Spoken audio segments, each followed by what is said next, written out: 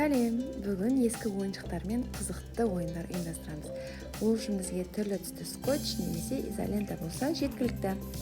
Тегіс үстел үстіне немесе еденге изолентамен жол жасаймыз. Әр түстің өзіне сай машиналарын қоямыз. Балаға берілетін тапсырма әр машинаны түсіне сай жолмен соңына дейін жеткізу. Егер де үйіңізде жол белгілері болса, қойып қойыңыз. Бұл бір тіптен тамаша болады. Мысалы, бағдаршам, зебра немесе жол беру секілді. Бұл ойын арқылы балаға әрі жолда жүру белгілері мен ережелерін, әрі түстерді жаттатуға болады.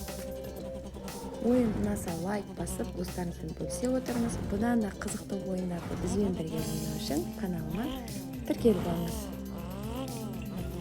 Сіздерге ұсынатын екінші ойын түрі түстерді үйренуге бағытталған. Ол үшін бізге үйдегі түрлі түсті мозаика бөлшектері, конструкторлар, помпондар, немесе түрлі түсті таяқшалар, моншақ бөлшектерін пайдалануға болады.